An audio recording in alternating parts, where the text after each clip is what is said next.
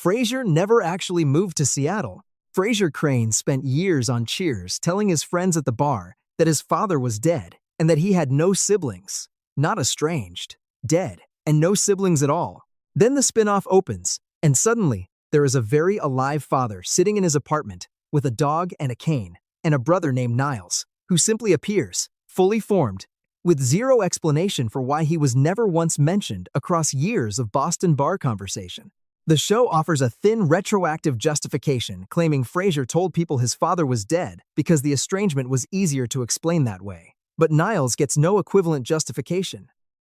He's just suddenly there. The theory says the explanation isn't a writing oversight. It's the entire premise. Frasier never moved to Seattle. He is in a coma, the result of some catastrophic event following the collapse of his marriage to Lilith and the dissolution of his Boston life. Seattle is the city his unconscious mind constructs, while his body lies motionless in a hospital somewhere. Martin represents the father Frasier desperately wishes he had reconciled with before it was too late. Niles represents an idealized younger version of Frasier himself, brilliant and romantically frustrated, and full of unrealized potential. The parade of romantic partners Frasier suddenly attracts in Seattle, after years of comparatively limited romantic success in Boston, are the nurses, tending to him while he remains unconscious, reimagined as dates and dinners. Eddie the dog is the one detail every coma theory needs, the one presence too specific and too persistently real to be explained by anything except genuine memory. Martin's dog from before everything went wrong, the last real thing Frasier held onto when the rest of the world went dark. Martin's injury was never that bad. Martin Crane was shot in the hip during the line of duty and arrived at Frasier's apartment, requiring live-in physical care from a professional therapist. This is the show's stated premise. The injury is presented as straightforward medical fact across the entire series, until Season 6 quietly confirms what fans had already started to suspect. In the episode Dial M for Martin, tension boils over, and Martin temporarily moves in with Niles, who is delighted because it gives him daily proximity to Daphne. Once there, Daphne begins noticing something medically troubling. After 5 years, Martin's hip should have healed by any reasonable clinical standard. She starts looking for other employment, and in a moment the show treats as comedic desperation, Niles deliberately trips his own father down a flight of stairs, re-injuring him specifically to keep Daphne from leaving. The theory says this single scene retroactively reframes everything. Martin was never simply healing slowly. He understood, consciously or not, exactly how valuable Daphne's presence had become to the household's emotional function. Frasier, painfully aware of his brother's consuming infatuation, likely played along too, allowing the fiction to continue because it gave shy, repressed Niles daily access to the one woman the show spent 11 seasons building toward. A grown man's gunshot wound recovery became a years-long, family-wide performance, maintained collectively because the truth that they were all terrified of losing the outsider who had become their emotional center was too uncomfortable for any of them to say directly. Niles was in a psychological prison.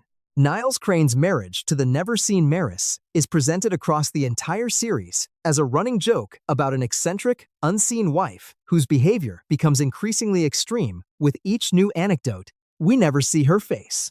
We hear about her exclusively through Niles' strained reports. Each story reveals another layer of a marriage built on control, manipulation, and emotional starvation rather than partnership. Niles walks on eggshells discussing her. He minimizes her behavior reflexively, the way people minimize partners who have spent years eroding their confidence. He defends decisions that, described plainly, would register as alarming in any context outside of comedy. The theory says the show used comedy as camouflage for what is, underneath the laugh track, a fairly accurate portrait of a man in a psychologically controlling relationship who hasn't found the language or the courage to name it that way. Niles' eventual divorce and his slow, years-long pursuit of Daphne isn't simply a romantic comedy mechanic. It's the show's quiet depiction of someone finally extracting himself from a relationship that had shaped his entire adult identity around being smaller, quieter, and more accommodating than he actually was. The fact that Maris is never shown isn't just a budget-saving gag the production team kept because it worked comedically. It denies the audience the chance to humanize her, the same way Niles, for years, was denied the chance to see clearly what his own marriage actually was. The show hid the abuse inside the joke, and the joke ran for 11 seasons. Roz was the show's actual genius. Roz Doyle spends 11 seasons fielding callers' problems, managing Frasier's considerable ego, navigating her own romantic life with a level of unsentimental self-awareness that neither Crane brother ever quite manages to apply to themselves. She calls out Frasier's pretension directly and repeatedly, in language so precise it functions less like friendly ribbing and more like clinical assessment. She sees through Niles's repressed feelings for Daphne years before either of them can admit it openly. She manages the operational reality of a live radio show involving a host who regularly prioritizes his own emotional processing over the actual broadcast, and she does this daily without apparent effort. The theory says Roz's narrative function across the show is not comic foil, it is mirror. She exists specifically to reflect back, with a clarity neither Crane brother possesses about himself, exactly how absurd, self-important, and emotionally avoidant the people around her actually are. Her romantic missteps are real, but they are never rooted in the same blind, willful self-delusion that defines Frasier and Niles for years at a time. Roz makes mistakes, with her eyes open, and processes them without constructing elaborate psychological narratives to explain why she wasn't really at fault. The Cranes make mistakes while insisting, at length, that they are the most insightful people in the room. The show built its comedic engine around two brilliant psychiatrists who couldn't see themselves clearly, and placed the one character who actually could right beside them in nearly every scene. The joke was always at their expense. Roz just never bothered to explain it. Frasier's competence was entirely performed. Frasier Crane is presented throughout the show as a genuinely accomplished psychiatrist, a Harvard-educated intellectual whose professional credentials are established and whose radio career reaches genuine citywide influence. The show treats his competence as given, as background reality, as the stable foundation beneath the comedy of his social pretension and romantic misadventures. The theory examines what Frasier actually does in his professional capacity across 11 seasons and finds an uncomfortable gap between the credential and the practice. His radio advice is consistently, documentably bad. Callers follow his guidance and their situations deteriorate. Frasier's own personal life, the laboratory in which any psychiatrist's self-understanding should be most visible, is a sustained disaster that he never meaningfully improves through the application of the very skills he dispenses to the public daily. He is divorced twice. He pursues romantic relationships with a pattern of repetition so consistent it could be mapped and predicted. He manages his relationship with his father through the same avoidance and deflection mechanisms he would identify immediately in a patient. And the radio show, the platform that gives him public influence over thousands of listeners, is a format specifically designed to provide 30 seconds of context before delivering advice that real psychiatric care would require months to approach responsibly. The theory says Frasier's entire professional identity is a performance of competence rather than competence itself, sustained by credentials, vocabulary, and a voice so authoritative that nobody in his life, including Frasier himself, ever sat down and seriously asked whether any of it was actually working. Daphne always knew about Niles. The show's central romantic tension, Niles' consuming, years-long, largely silent infatuation with Daphne, is built on the premise that Daphne has no idea. She is the oblivious object of his devotion, the woman who doesn't see what everyone else in the Crane household has clocked within weeks of meeting Niles. The show sustains this premise for 7 seasons, before the relationship finally breaks through. Jane Leaves, the actress who played Daphne, stated in interviews that she always played the character as someone who knew exactly what Niles felt and was choosing, for her own reasons, not to act on it. The theory takes Leaves' own reading of her character and maps it against the show's documented evidence. Daphne's behavior around Niles across 7 seasons contains specific, repeated moments that are only explainable if she is aware of his feelings and carefully managing the distance she maintains from them. She chooses moments of closeness and then retreats. She allows vulnerability and then pulls back. She demonstrates a specific kind of attention to his emotional state that goes beyond casual awareness. The theory says Daphne's reasons for not acting on her awareness are layered, and the show eventually confirms the most important one. She was engaged. She had a life she was building. Niles represented a disruption she wasn't ready to choose until the engagement collapsed, and the alternative, letting Niles go, became the thing she suddenly couldn't do. She didn't fall for Niles at the airport. She stopped running from something she had already known for years. Martin was never just a simple man. The show builds Martin Crane as Frasier and Niles's comedic counterpart, the working-class, unpretentious, emotionally direct father, whose taste for beer and ball games provides constant contrast against his son's elaborate cultural aspirations. The comedy runs in one direction. Martin finds their pretension exhausting. They find his simplicity baffling.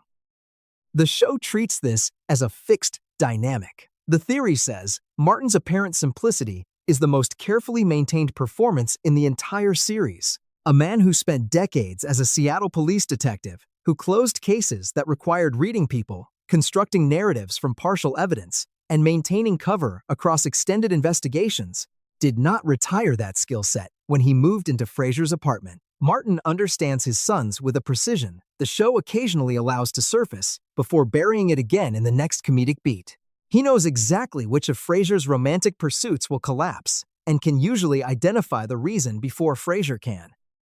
He sees through Niles's deflections with the speed of someone who has been watching the same pattern since Niles was a child. His emotional directness isn't the absence of sophistication. It is the choice of a man who spent his career watching overcomplicated thinking get people killed and decided, somewhere in his detective years, that the simplest, accurate read of a situation was always more useful than the most elaborate one.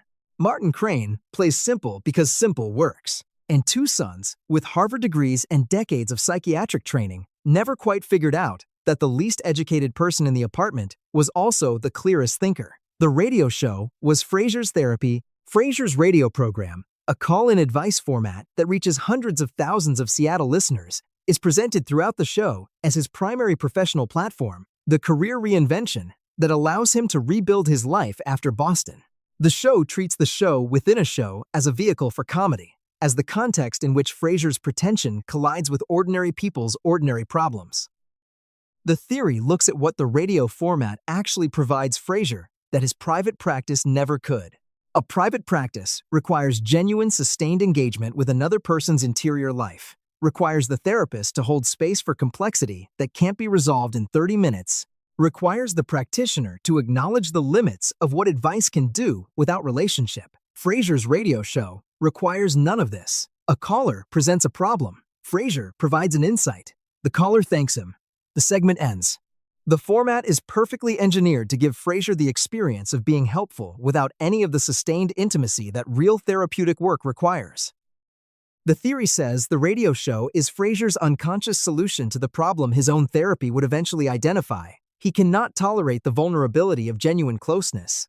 He cannot sustain the discomfort of sitting with someone else's pain long enough for the sitting to matter. The radio show gives him a version of connection that ends before it can cost him anything.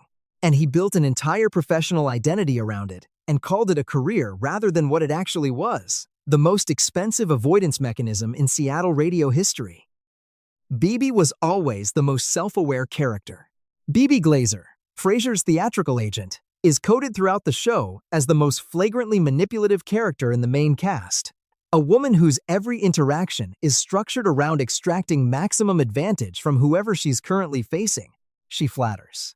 She schemes. She delivers devastatingly accurate readings of other people's vanities, and then uses those readings as levers. The show presents her as a villain the audience enjoys watching, comfortable in the knowledge that her manipulations are transparent enough that nobody could genuinely be fooled by them. The theory says the show accidentally made BB the most honest character in the entire series by giving her the one trait none of the main cast possesses. She knows exactly what she is.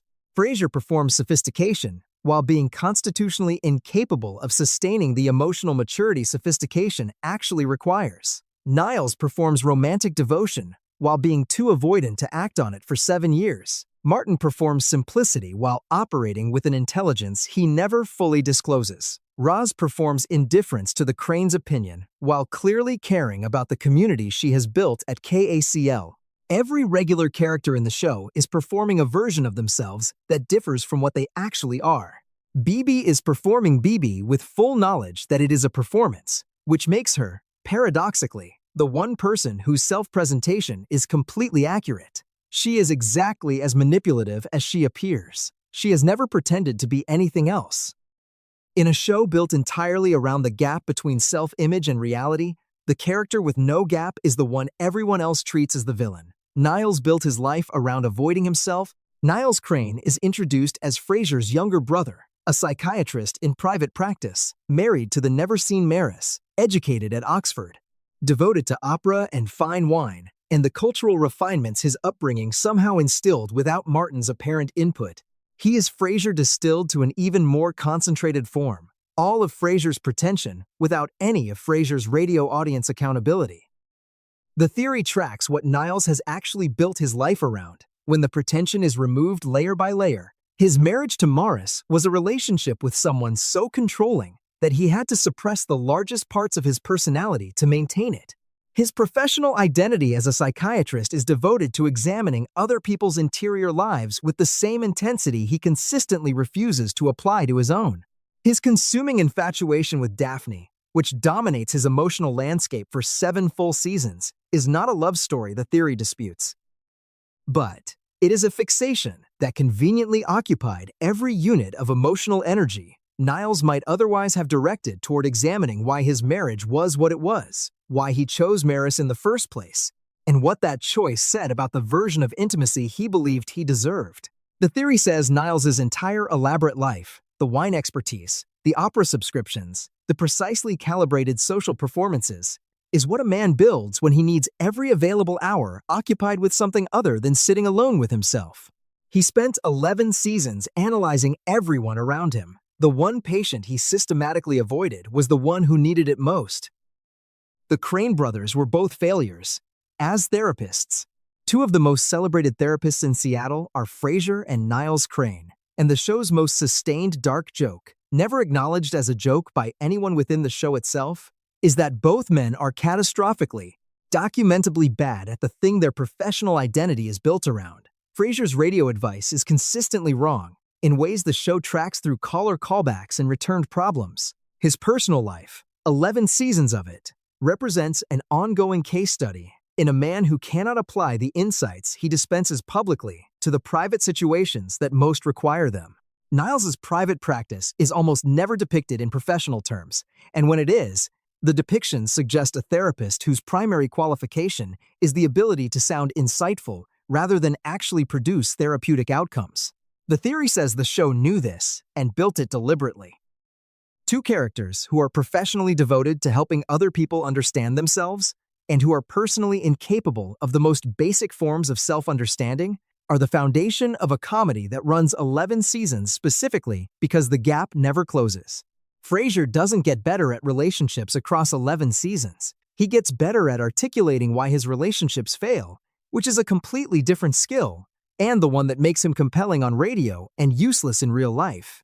The show gave you 2 brilliant therapists and spent 11 years demonstrating that insight without application is just vocabulary. The Cranes had the best vocabulary in Seattle. They used it to describe, in increasing detail, the same failures repeating at the same intervals until the show ended and the pattern presumably continued. Martin knew about Niles and Daphne from day one. The theory that Martin was aware of Niles's feelings for Daphne from essentially the moment they met is confirmed by a specific piece of evidence the show plants and leaves unremarked. In an early episode, Martin explicitly warns Niles away from pursuing anything with Daphne, citing their professional relationship and the complications that would follow. A man who only casually noticed an interpersonal dynamic does not deliver a direct, specific warning about it. He noticed. He assessed. He made a decision about what to do with what he'd noticed, and his decision was not to tell Frasier, not to tell Daphne, and not to encourage Niles. It was to warn Niles privately, and then watch what happened. The theory says Martin managed the Niles-Daphne situation with the same patience and long-game intelligence he applied to everything else the show credited to his simpler instincts. He saw that Niles genuinely loved Daphne in a way that might eventually be worth something if Niles could develop enough courage to do anything about it. He saw that intervening would either accelerate something neither of them was ready for or destroy something that might become real with time. He warned Niles once, established that he was aware, and then stepped back for 7 years to let it develop at whatever pace Niles was capable of sustaining. The retired detective watching two people circle each other for nearly a decade, wasn't oblivious to what was happening in his own living room. He was the only person in the apartment patient enough to let it happen correctly. Frasier's whole life was overcompensation. The most complete theory about Frasier Crane isn't about any single relationship or professional failure or romantic pattern. It's about the architecture underneath all of them. The theory says Frasier's consuming devotion to culture, sophistication, fine food, opera, wine, and the entire apparatus of elite refinement he has built his identity around was never genuine preference. It was overcompensation, constructed so thoroughly and maintained so consistently that even Frasier cannot locate the seam between what he actually enjoys and what he chose to enjoy, because it put the maximum possible distance between himself and the Martin Crane he was afraid of becoming. Frasier grew up with a father who was warm, unpretentious, and emotionally direct in ways that Frasier, a sensitive and intellectually ambitious child, may have experienced less as comfort and more as pressure toward a version of manhood he didn't recognize himself in. The path away from that version led through Harvard, through therapy, through opera and Bordeaux, and a radio voice so carefully cultivated it functions as a kind of armor. The theory says none of it is fake. Andries says, Frasier genuinely loves what he says he loves. But the loving was chosen before the preference was felt, picked deliberately as the identity most unlike his father's, maintained across decades, until it became indistinguishable from authentic self. And Martin, who never needed any of it, who was comfortable in exactly what he was, without requiring external validation of his taste, represented the one thing Frasier's entire elaborate life was specifically designed to avoid confronting. That simpler men are sometimes simply better at being alive.